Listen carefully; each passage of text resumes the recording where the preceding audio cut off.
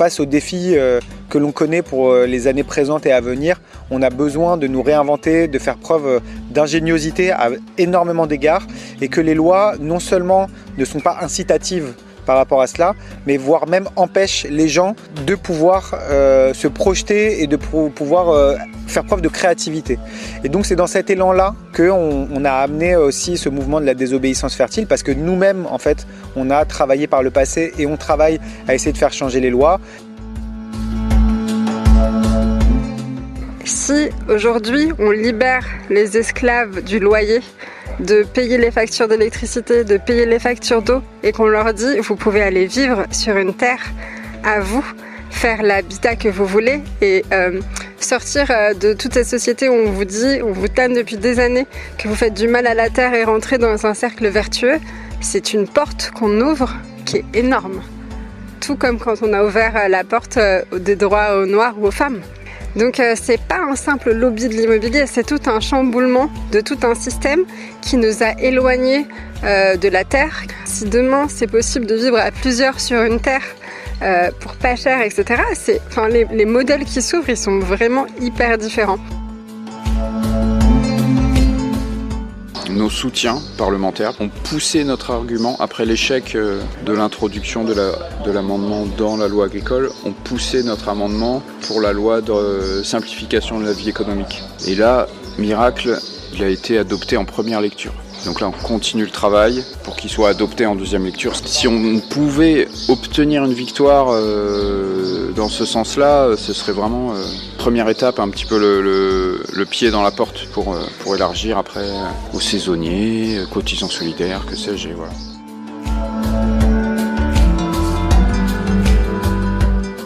Dans le précédent épisode, on abordait la manière dont le fait d'habiter léger change notre relation avec le monde vivant, avec les écosystèmes dans lesquels nous construisons notre nid, et aussi la manière dont ces habitats apaisent notre système nerveux. Ici, toujours au festival Les Palourdes organisé par l'association Hameau Léger, j'ai la chance de dialoguer avec Caroline et Jonathan qui ont fondé la désobéissance fertile. Caroline est doula et habite depuis 7 ans en habitat léger avec Jonathan et leurs enfants. Jonathan est activiste, journaliste et documentariste.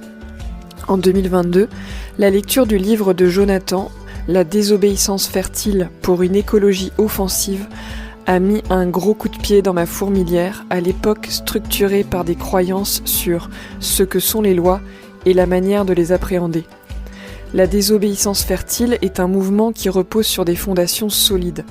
Je cite « Si nous voulons agir pour un monde meilleur et défendre une nature sacrifiée par des lois immorales, nous devons nécessairement changer nos pratiques et désobéir aux injonctions et aux codes admis en société.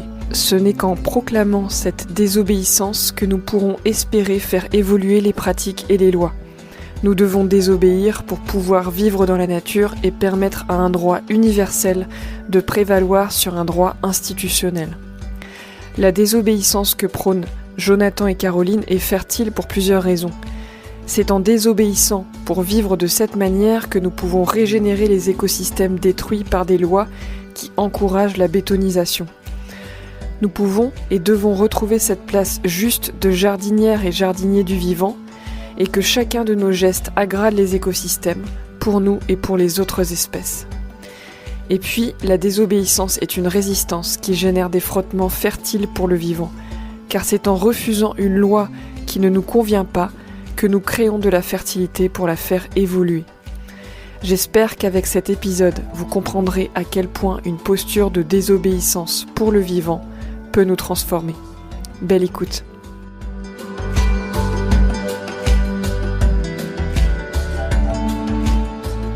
Donc je vous ai découvert grâce au livre, grâce à Nexus avant, mais grâce au livre Désobéissance fertile que vous avez écrit tous les deux, Jonathan et Caroline. Et ce livre m'a beaucoup aidé à une période où j'écrivais un livre sur les poulaillers mobiles en agroforesterie et j'avais arrêté d'écrire le livre puisque je me disais à quoi bon, puisqu'en fait on nous demande d'enfermer les poules.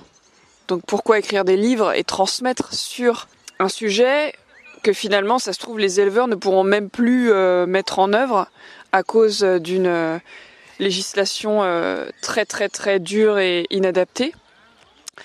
Et j'ai compris en lisant Désobéissance fertile que on pouvait désobéir dans certaines conditions, pour certaines causes, et qu'on pouvait le dire dans un livre. Et que c'était pas mal de décrire ça dans un livre en fait. Et aussi en termes de remise en contexte, Guillaume me disait que les nouvelles générations ont tendance à vouloir être vraiment dans la règle. Et ça l'inquiétait un petit peu. Et du coup, pour commencer, Jonathan, est-ce que tu peux me dire ce que c'est pour toi habiter la Terre, puisqu'aujourd'hui, c'est ton mode de vie. Comment ça a changé votre rapport au vivant ? Donc oui, ça fait 7 ans que j'habite maintenant légèrement la Terre. Et je suis très heureux de le prononcer ainsi, parce que je trouve que l'habitat léger, c'est véritablement un art de vivre.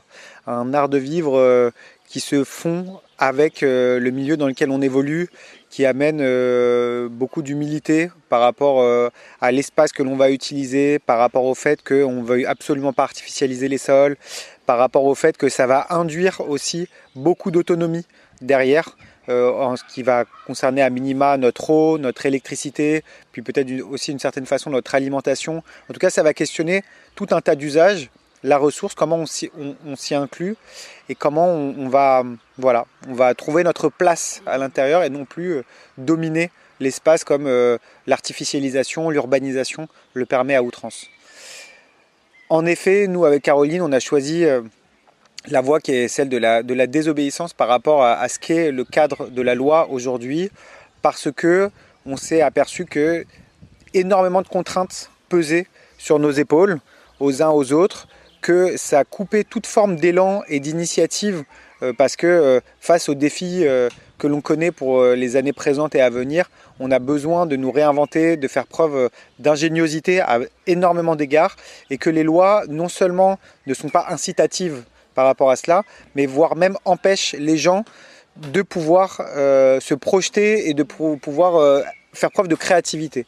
Et donc c'est dans cet élan-là qu'on a amené aussi ce mouvement de la désobéissance fertile, parce que nous-mêmes, en fait, on a travaillé par le passé et on travaille à essayer de faire changer les lois, mais que face à nous, il y a des lobbies énormes industriels qui, eux, déterminent quel va être le cadre de la loi. Et en ce qui concerne l'habitat, et l'habitat léger en fait donc partie, il y a énormément de spéculation immobilière qui s'opère.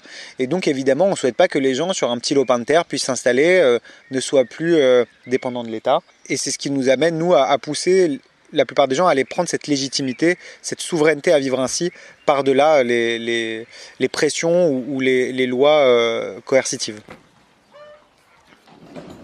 Je pense qu'au-delà de juste changer, qu'il y ait une histoire de lobby immobilier, il y a quelque chose de bien plus large que ça dans l'habitat léger.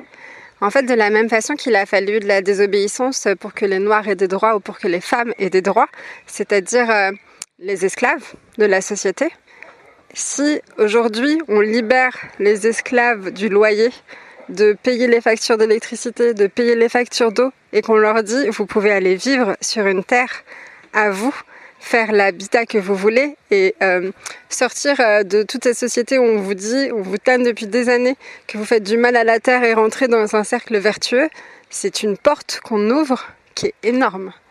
Tout comme quand on a ouvert la porte des droits aux Noirs ou aux femmes. Donc c'est pas un simple lobby de l'immobilier, c'est tout un chamboulement de tout un système qui nous a éloignés de la terre, qui nous a éloignés de la tribu. Parce que avoir le droit de vivre sur une terre où il n'y a pas de terrain de permis de construire, parce qu'une terre où il y a des permis de construire, c'est pas une terre où on va pouvoir vivre à plusieurs. Parce que pour vivre à plusieurs, pour avoir plusieurs permis de construire sur une terre, il faudrait débourser des millions d'euros. Or là, si demain c'est possible de vivre à plusieurs sur une terre, pour pas cher, etc. Les modèles qui s'ouvrent, ils sont vraiment hyper différents. Donc il faut bien comprendre qu'il y a tout ça aussi qui se joue à travers cette loi. Est-ce que vous pouvez faire un petit état des lieux de ce qui s'est passé par le passé concernant l'habitat léger ou d'autres types d'habitats qui ont été installés en milieu agricole, sur des terrains agricoles, qui ont fait peut-être que la loi s'est resserrée. Et aujourd'hui, en tant que paysanne, si par exemple moi je m'installe en poule pondeuse en agroforesterie, parce que c'est mon souhait, et que je veux avoir mon habitat léger sur mon terrain agricole, est-ce que c'est possible? Quelle est la situation actuelle? Et qu'est-ce que vous avez mis en œuvre, vous, pour que ça change? Donc il y a plusieurs choses qui font partie de cette question. La première, c'est qu'il faut savoir que beaucoup de gens vivent de cette façon-là aujourd'hui de façon cachée. Ils veulent pas sortir du bois parce qu'il y a un régime de tolérance qui est mis en place par les mairies, et donc pour pas se faire mal voir, ou en tout cas voilà, pour être tolérés, ils vont essayer de faire le moins de bruit et le moins de vagues possible. Donc il y a énormément de gens qui vivent de cette façon-là aujourd'hui, mais qu'on connaît qu'à travers des réseaux de bouche à oreille, de voisinage, et donc on n'a pas la force de pouvoir nous constituer en tant que groupe, en tant que force même politique, parce que personne ou presque ne veut s'exprimer sur le sujet. Sur la question de la législation elle est assez récente parce qu'elle date de 2014. Avant, il n'y avait pas d'existence en tant que telle pour les habitats légers, c'est-à-dire que c'était un avantage et un inconvénient, parce que s'il n'y a pas de loi, il n'y a pas non plus nécessairement d'illégalité. Et à la fois, le fait qu'il y ait une loi, ça donne un cadre réglementaire qui permet à un certain nombre de gens de rentrer dans ce cadre-là. Et c'est ce que fait très bien Hameaux Légers.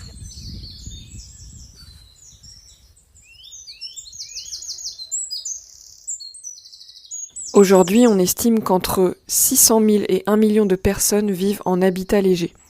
Jusqu'en 2014, hormis pour les gens du voyage, l'habitat réversible permanent n'avait aucune qualification juridique. Il n'était pas possible d'y élire domicile et il régnait ainsi un flou sur la manière d'autoriser ou non ce type d'habitat. La loi Allure est venue combler ce vide, créant dans le Code de l'urbanisme le statut de résidence démontable constituant l'habitat permanent de leurs utilisateurs, défini par les critères suivants. Occupé au moins 8 mois par an, sans fondation, facilement et rapidement démontable, et cette installation peut être autonome vis-à-vis des réseaux publics, d'eau, d'assainissement et d'électricité. Cette loi autorise les habitats légers dans les zones urbaines et parfois dans des zones spéciales dites pastilles, en zones non constructibles, agricoles ou naturelles. À l'heure où j'enregistre cet épisode, l'amendement autorisant l'habitat léger pour les paysans et paysannes exploitants agricoles à titre principal n'a pas encore abouti. J'en parle un petit peu plus loin dans l'épisode. La plupart des installations en habitat léger se font donc aujourd'hui silencieusement, par acceptation territoriale, car c'est souvent trop complexe, voire impossible pour des paysans ou des personnes en quête d'autonomie de faire cela dans un cadre législatif actuel. Pour mieux comprendre la législation et la posture que l'on peut adopter par rapport à la loi, je vous conseille vivement d'écouter le podcast publié par Désobéissance Fertile sur leur chaîne YouTube, ou encore les informations très claires et à jour proposées en ligne par Hameaux Légers. Je vous ai mis le lien dans les notes de l'épisode.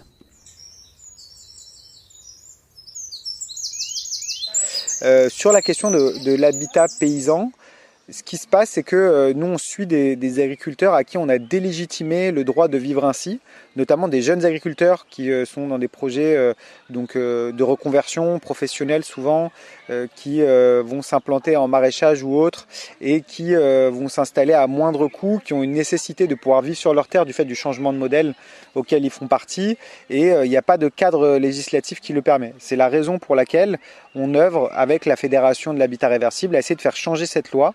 Et donc, en ce sens, on a eu un vote favorable à l'Assemblée nationale une première fois en avril dernier, fin mars dernier, qui dit que lorsqu'on est exploitant agricole, on peut mettre le siège social de notre exploitation sur notre terre qui nous attribue un logement de fonction réversible, non artificialisé. Et donc si on arrive à obtenir un second vote à l'Assemblée nationale dans les prochaines semaines, on pourra faire adopter cette loi qui permettra de l'habitat réversible paysan, qui sera une avancée énorme. Et pour répondre à la question que tu énonçais là-dessus avant, oui, il y a eu des abus par le passé. Effectivement, de gens qui ont profité de mettre au cadastre une serre ou un abri agricole qu'ils ont ensuite transformé en habitat, qu'ils ont ensuite revendu, donc qui ont créé en fait une forme de spéculation et d'élargissement de cette façon-là. Et l'idée de l'habitat réversible, c'est justement qu'il n'y ait pas d'emprise au sol qui soit irréversible, qui artificialise. Et donc voilà, ça permet tout à la fois de s'installer et de respecter les écosystèmes, de respecter l'endroit où on va s'installer. Nous, on a choisi la posture de désobéissance parce que aujourd'hui, c'est ce qui nous semble pertinent.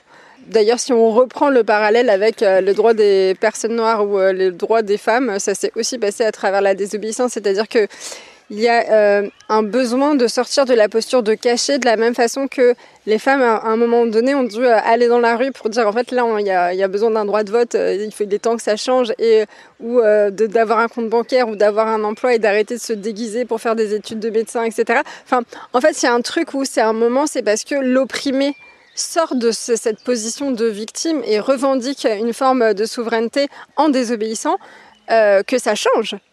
Parce qu'il y a un truc où on arrive à un endroit où là, si ça change pas, c'est la guerre civile, ou ça, en tout cas ça va être la pagaille. Et donc pour éviter ça et pour garder le pouvoir finalement sur les gens, on accorde ce droit parce qu'on se dit en fait là c'est le seul moyen de garder une forme de paix sociale, quoi. Donc voilà, pour nous c'est évident qu'on arrive à un moment où il faut sortir des fourrés. Okay.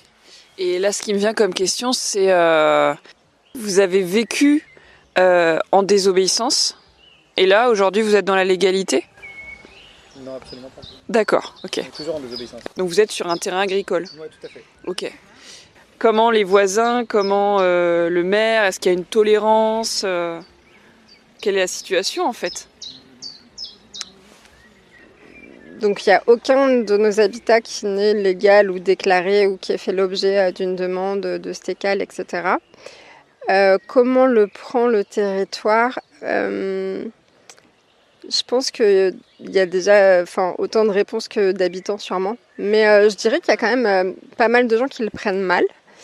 Il y a à la fois ceux qui ne comprennent pas la désobéissance et qui ne comprennent pas qu'il y a une posture de on s'en fout des lois, on est insolent, etc. Donc il y a cet imaginaire-là que ça déploie.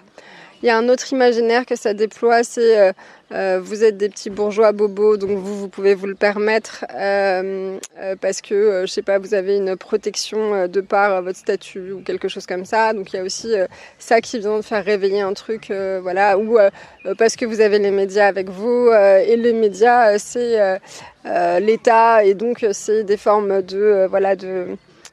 de soumission à ce système finalement qui revient et donc c'est critiqué, ou alors on fait ça pour notre ego. Enfin, en vrai, il peut y avoir une tonne de réactions hyper négatives à cela, mais j'ai envie de dire, toute posture de résistance dans le monde à toutes les époques génère ce genre de choses. En fait, quelqu'un qui... C'est un peu comme, je fais souvent le parallèle avec les végétariens. Souvent, il y a de l'animosité envers les végétariens, d'abord dans un premier temps parce qu'on ne comprend pas leur posture, mais aussi parce que quand on comprend leur posture, on se dit « Waouh, donc ça veut dire que je fais mal ». Donc là, juste en étant végétarien, tu es en train de me dire que moi, je fais mal. Donc il y a un peu un truc aussi avec cette posture de désobéissance. Si tu dis que quand papa il dit quelque chose, on peut faire autrement, tu me dis que j'obéis à papa. Tu vois ? Et donc, il y a aussi ce truc-là que ça réveille en animosité. Ouais. Donc, voilà, il y a pour plein de raisons différentes. Et même chez des néo-ruraux, anards, enfin, vraiment des gens où on pourrait se dire « Ah bah ouais, chouette, ça va être des alliés ». Et ben en fait, on en arrive quand même à se tirer dans les pattes pour... Voilà, Jonathan, il est élevé dans un milieu bourgeois, donc forcément, il peut pas être sincère, il peut pas être dans cette pureté militante. Si on utilise les médias, c'est qu'on n'est pas dans une forme de pureté militante. Si on fait payer nos stages, c'est qu'on n'est pas dans une forme de pureté militante qui doit être sacrificielle en permanente, et on se met dans la merde et on se prend des coups dans la gueule, et on n'a pas des gueules cassées aussi. Voilà, donc en fait, il y a tous ces imaginaires-là et tous ces jugements-là qui coexistent et qui font que ça crée de la division, là où pour réussir, il faudrait de se souder et être ensemble en fait. Donc sans parler forcément de convergence, de lutte, déjà si on arrivait à faire une coexistence, ce serait déjà une bonne première étape. J'ai beaucoup parlé, pardon. Du coup, pour aller un petit peu plus loin, aujourd'hui, moi, par exemple, et ça va rebondir sur ce que vous dites, est-ce que vous me conseillez, si je veux m'installer en habitat léger, de m'installer et de ne rien dire, de m'installer, d'attendre 2 ans, de planter des trucs et de montrer que c'est beau à tout le monde. Il me semble que vous en parlez dans votre livre. Enfin, de montrer en fait que c'est inspirant et donc de réunir des gens autour de ce projet. Est-ce que c'est ce que vous faites chez vous? Même si c'est pas un projet agricole, c'est un projet régénératif. Nous, on conseille aux gens de s'installer de toutes les façons et ensuite de se préoccuper du reste. C'est-à-dire qu'il est toujours plus simple de dire « je ne savais pas » que de demander l'autorisation et qu'elle soit refusée pour ensuite le faire. Parce qu'en fait, dans le second cas, on donne le bâton pour se faire taper dessus. Donc nous, on invite les gens à s'installer en sachant que pour nous, 95% des installations ne posent jamais aucun problème. Et c'est les 5% dont on entend parler et qui font peur aux gens la plupart du temps. J'ai envie de dire, nous, on n'est pas forcément aussi un exemple à suivre dans le sens où notre posture médiatique, elle fait que on n'a pas forcément l'attitude qu'on conseillerait aux autres d'avoir, j'ai envie de dire. Voilà. Mais c'est parce que notre objectif n'est pas le même. Là, nous, notre objectif, c'est pas de nous poser dans un endroit et de réussir à garder nos cabanes ou nos habitats toute la vie. Là, le but, c'est de faire évoluer une loi. Donc, la posture est complètement différente et donc requiert des stratégies différentes. Okay.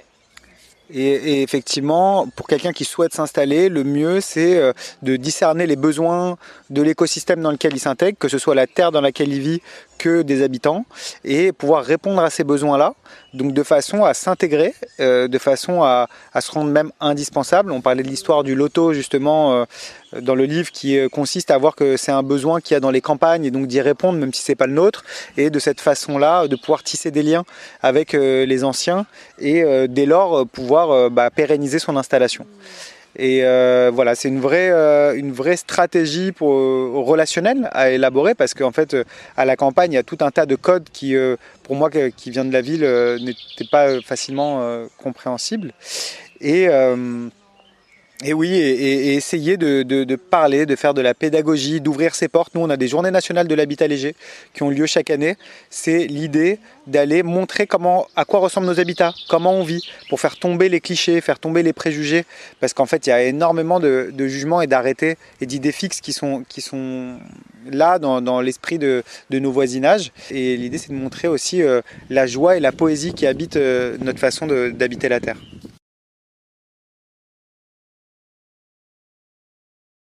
Et j'ai envie de poser une dernière question qui est en lien, même si on dirait pas comme ça.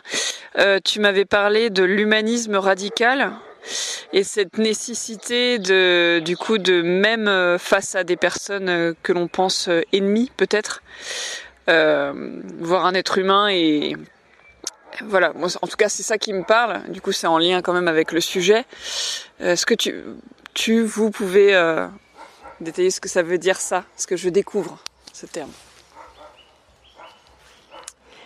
Ce qu'on s'est rendu compte dans nos années de lutte, d'envie de faire différent, d'ouvrir des nouveaux imaginaires, c'est que le plus difficile, c'était pas de vivre avec la nature et de la grader. Le plus difficile, c'était de vivre avec les humains et de coexister en paix. Et très vite, on s'est rendu compte que l'agronomie, la permaculture, la syntropie, la low-tech, etc. ne servent strictement à rien si on n'évolue pas intérieurement. Et que donc, ça demande de remettre au centre des concepts où on va tous adhérer. Bien sûr, on est tous pour l'amour et la paix, mais en fait, comment ça se décline dans chacune de tes pensées, de tes gestes et de tes actions.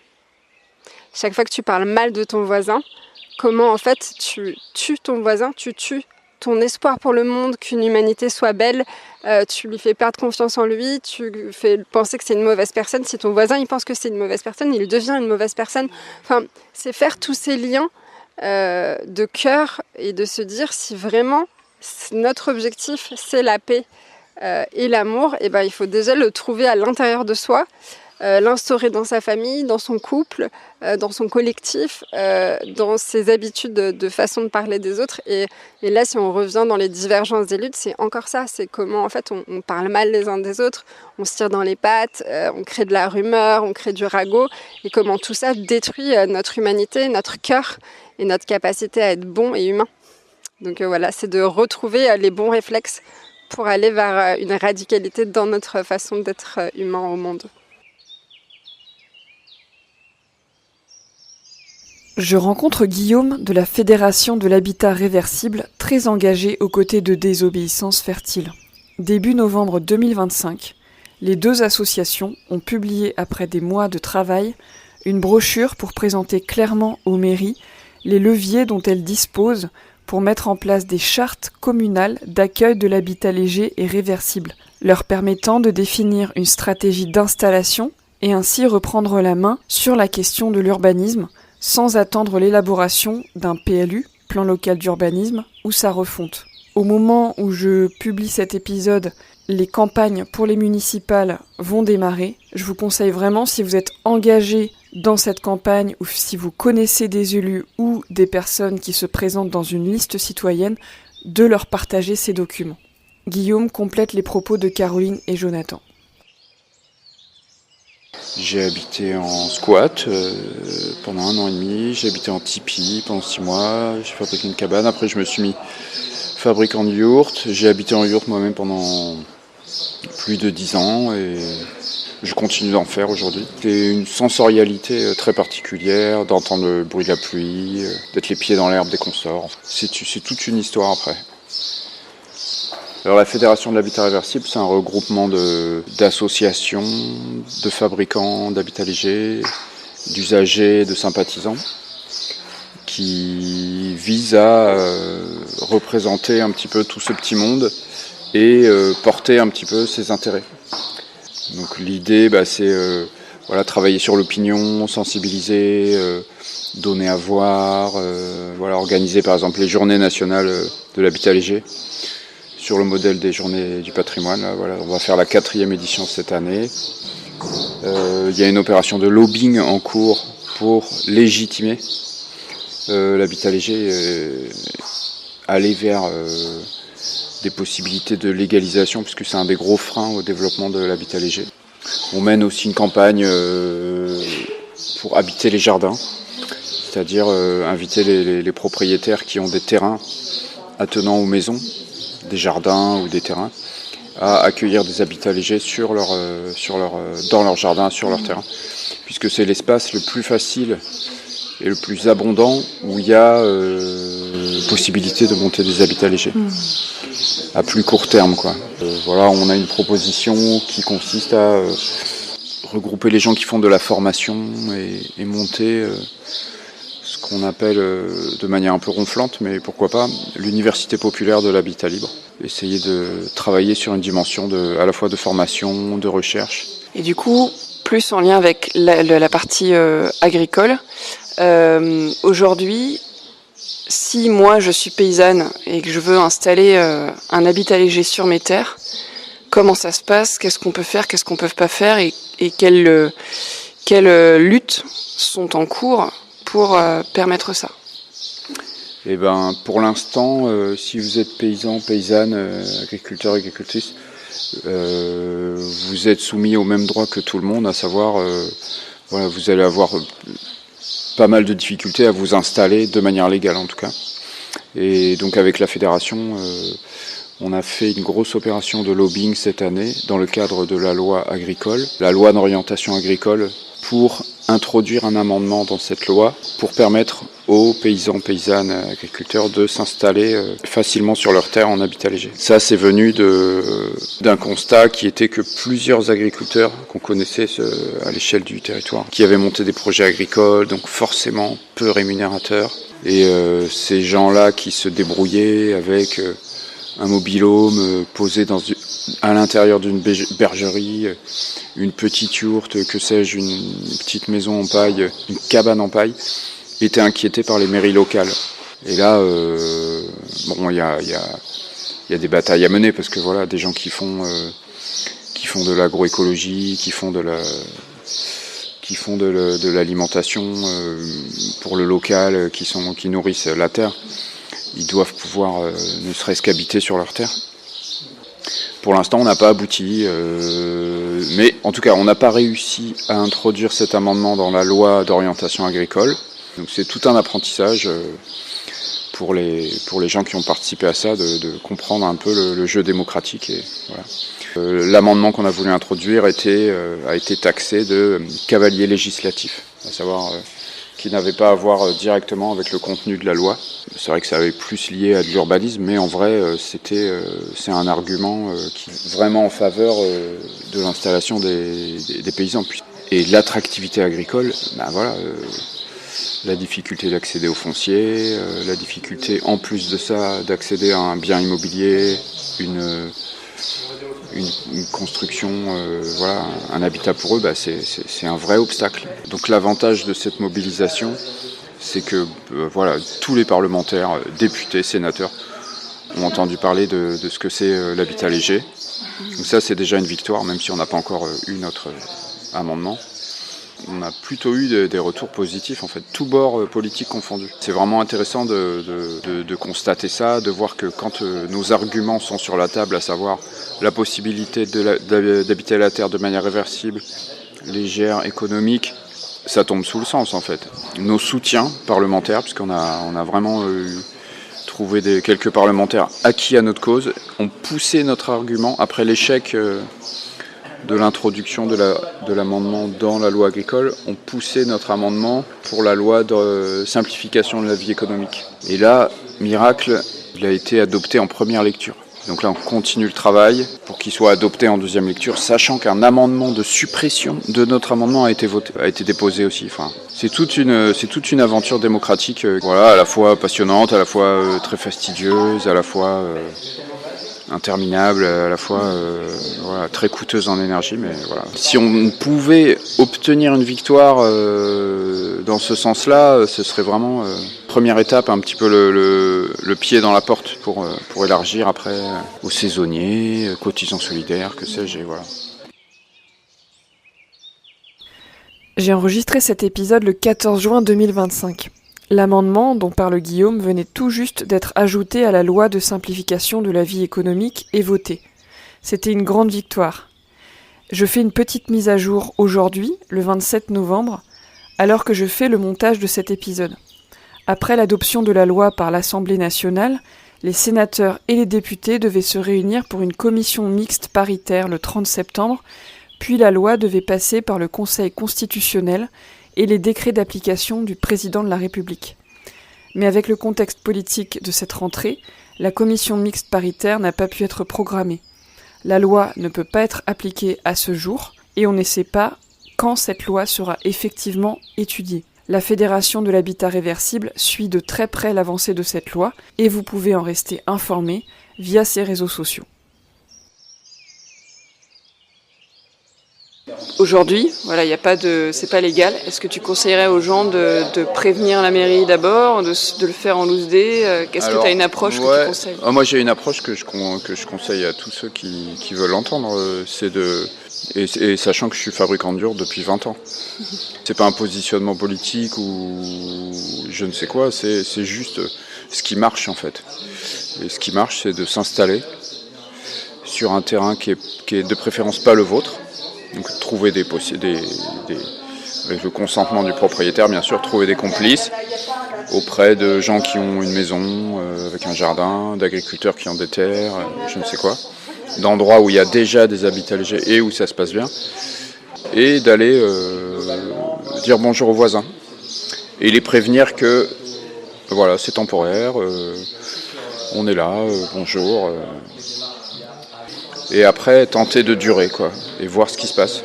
C'est un côté un peu pirate, et c'est vrai que c'est une attitude avec les jeunes générations qui s'est un petit peu perdue.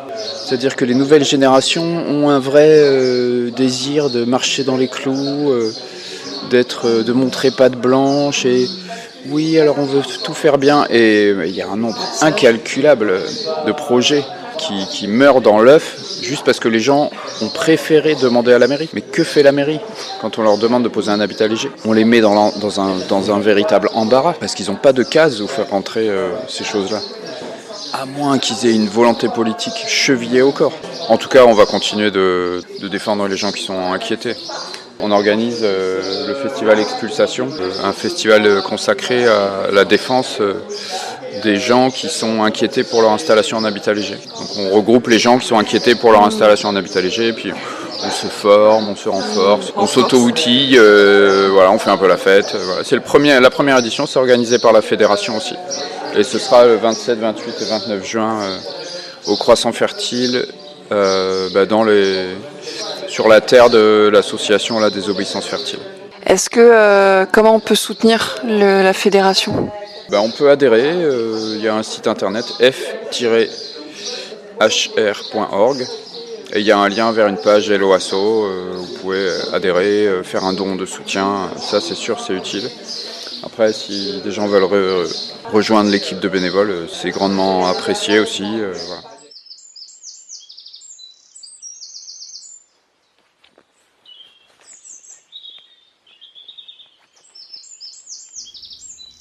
Et voilà, cet épisode est terminé.